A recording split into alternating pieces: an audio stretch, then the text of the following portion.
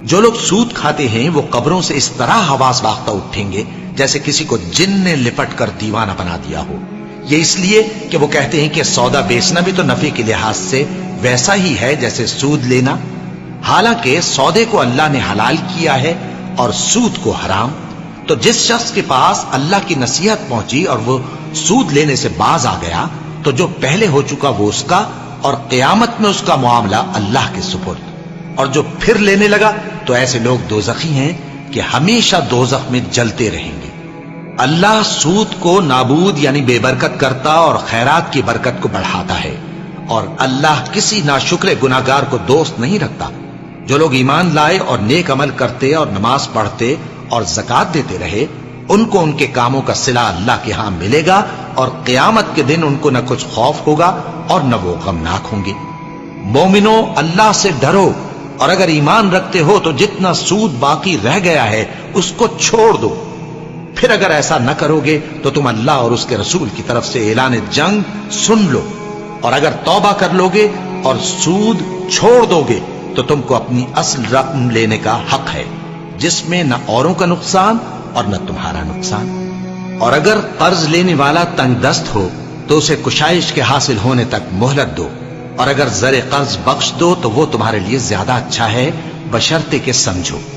اور اس دن سے ڈرو جبکہ تم اللہ کے حضور میں لوٹ کر جاؤ گے، اور ہر شخص اپنے اعمال کا پورا پورا بدلہ پائے گا اور کسی کو کچھ نقصان نہ ہوگا. مومنو، جب تم آپس میں کسی میعاد معین کے لیے قرض کا معاملہ کرنے لگو تو اس کو لکھ لیا کرو، اور لکھنے والا تم میں کسی کا نقصان نہ کرے بلکہ انصاف سے لکھے. نیز لکھنے والا جیسا اللہ نے اسے سکھایا ہے لکھنے سے انکار بھی نہ کرے اور دستاویز لکھ دے. اور جو شخص قرض لے وہی دستاویز کا مضمون بول کر لکھوائے، اور اللہ سے کہ اس کا مالک ہے خوف کرے، اور زر قرض میں سے کچھ کم نہ لکھوائے.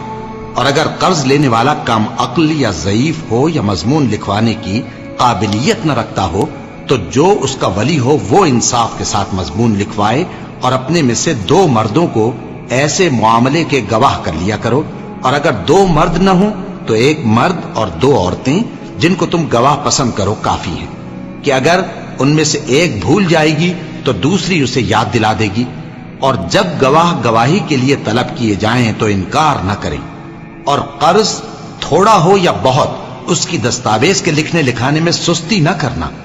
یہ بات اللہ کے نزدیک نہایت قرین انصاف ہے، اور شہادت کے لیے بھی یہ بہت درست طریقہ ہے. اس سے تم کو کسی طرح کا شک و شبہ بھی نہیں پڑے گا. ہاں، اگر سودا دست بدست ہو جو تم آپس میں لیتے دیتے ہو تو اگر ایسے معاملے کے دستاویز نہ لکھو تو تم پر کچھ گناہ نہیں. اور جب خرید و فروخت کیا کرو، مثلا زمین جائیداد کی، تو بھی گواہ کر لیا کرو. اور کاتب دستاویز اور گواہ معاملہ کرنے والوں کا کسی طرح کا نقصان نہ کریں. اگر تم لوگ ایسا کرو تو یہ تمہارے لیے گناہ کی بات ہے. اور اللہ سے ڈرو اور دیکھو کہ وہ تم کو کیسی مفید باتیں سکھاتا ہے، اور اللہ ہر چیز سے واقف ہے. اور اگر تم سفر پر ہو اور دستاویز لکھنے والا نہ مل سکے تو کوئی چیز رہن با قبضہ رکھ کر قرض لے لو. اور اگر تم میں سے کوئی دوسرے کو امین سمجھے یعنی رہن کے بغیر قرض دے دے تو امانت دار کو چاہیے کہ صاحب امانت کی امانت ادا کر دے. اور اللہ سے جو اس کا پروردگار ہے ڈرے.